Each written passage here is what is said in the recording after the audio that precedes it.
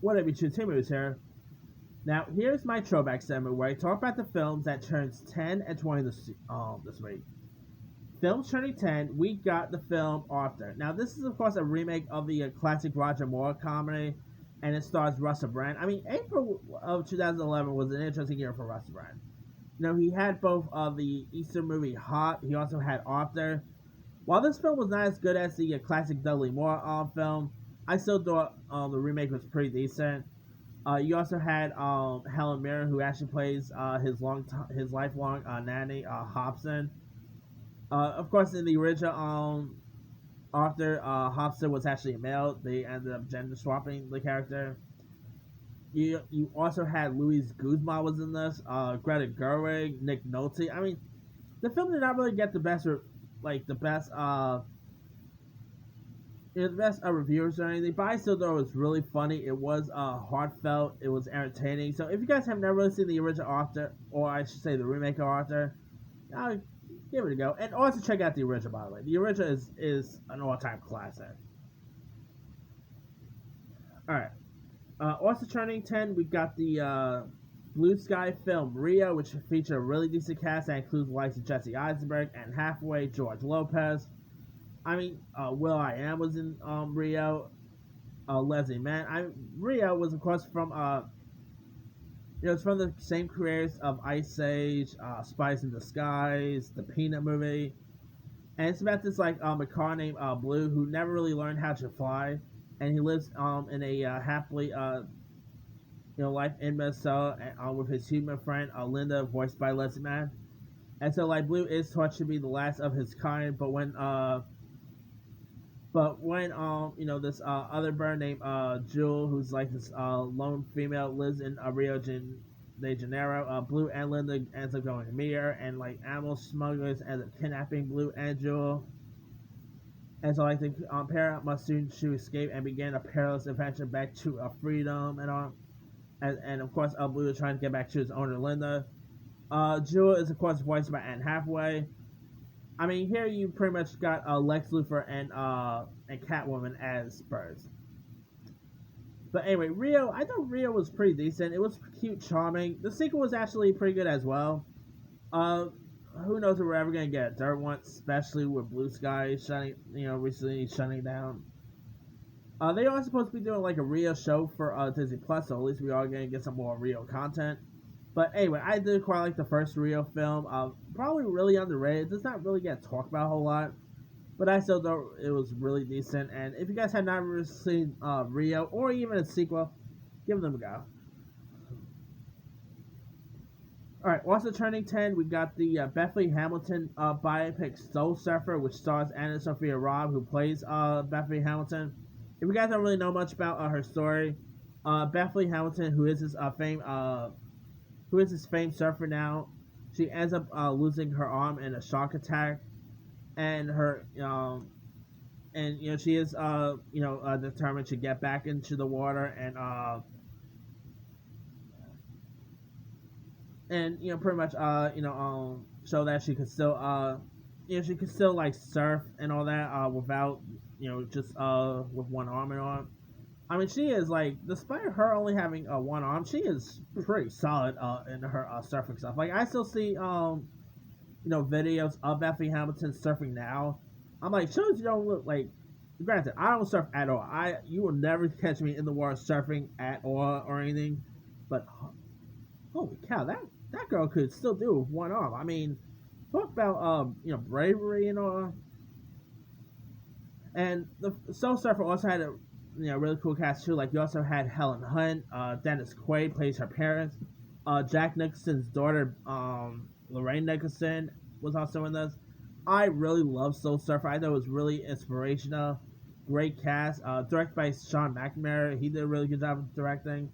So if you guys have never really seen Soul Surfer, it's a really decent, inspirational movie worth checking out. All right, last but not least, turning 10, we got Your Highness, which is a which is of course this medieval based comedy which stars Danny McBride. You had what else was in this? Oh yeah, you had James Franco, Zoe Deschanel, Now, if you guys don't really know much about the plot for this, you got Danny McBride who plays Prince Tadius, who has always like lived his life in the shadow of his brother, and so like the hair apparent Prince Fabius played by who's of course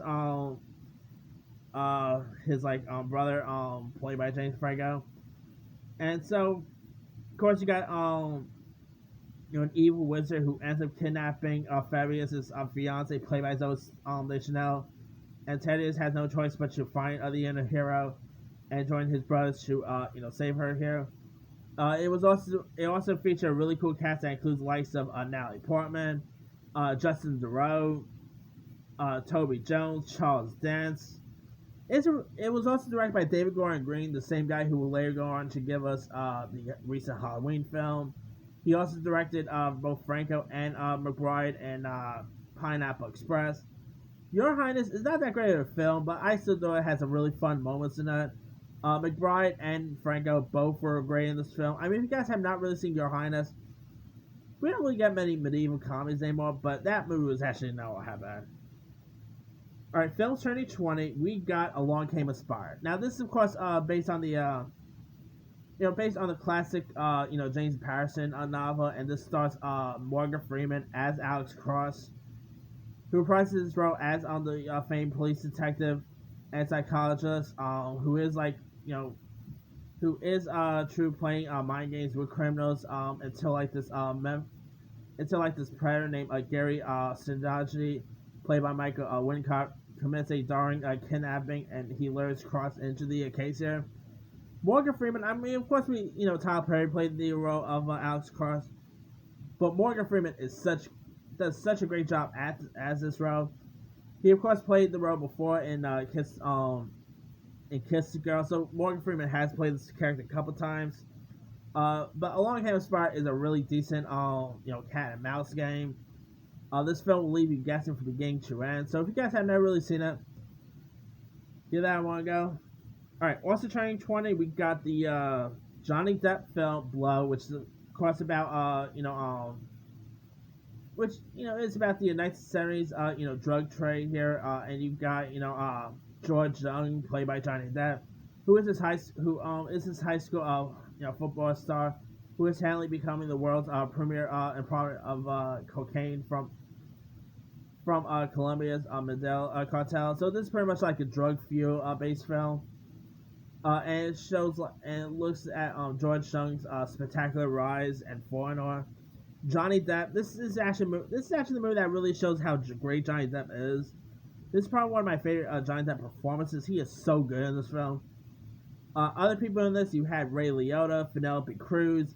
You even had Pee Wee Herman himself, Paul Rubens, who was actually surprising in this. I mean, seeing him go from Pee Wee Herman to like this drug dealer, interesting, I guess. I mean, the time being Pee Wee Herman really got you, buddy. But anyway, if you guys have never really seen Blow, it's a really decent film. So, yeah, definitely give that one a go. I mean, Johnny Depp and Penelope Cruz were both really solid in this movie. Alright, last but not least, turning 20, we got Pokemon 3, the movie. I mean, of course, this is the third installment of the Pokemon franchise. Where, of course, you got, new Pokemon such as Unknown, and you also got the mysterious Pokemon Entei. And the actual title is Pokemon 3 the movie, the spell of Unknown. I mean, Unknown is it's a really interesting Pokemon right there. And here, of course, Entei is looking for a mother for this little girl. And Entei, of course, ends up kidnapping Ash's mother. So, yeah, so Ash and the gang has to, pretty much team up and to search for his mother and get his mother back. I mean, Pokemon 3 the movie, I saw this one in theaters when it got released. I really loved it. I really do love the Pokemon films. They're really fun, cute, charming. I grew up watching Pokemon, and yeah, obviously the best Pokemon movie we had, of course, is Pokemon the first movie. But Pokemon 3 the movie does not really get love as most as the other ones does. But I still got a kick out of it. I mean, it does also feature a really cool mini short called Pikachu and Pikachu, which I thought was really cool too. So, yeah, I mean, if you guys have never really seen Pokemon 3, give that one a go. Alright, that's pretty much it. Let me leave you guys. Which of these films stand out to you the most? The 10-year one, I'm probably gonna say Soul Surfer. That one, out of those films, that one probably stand out to me the most. But the 20-year one, I'll probably go say Pokemon Dream the movie because I really had fun times watching Pokemon Dream when it got released. Anyway, drop comments below. Don't forget to like, subscribe, hit that bell for more notifications. This is Himu Saya.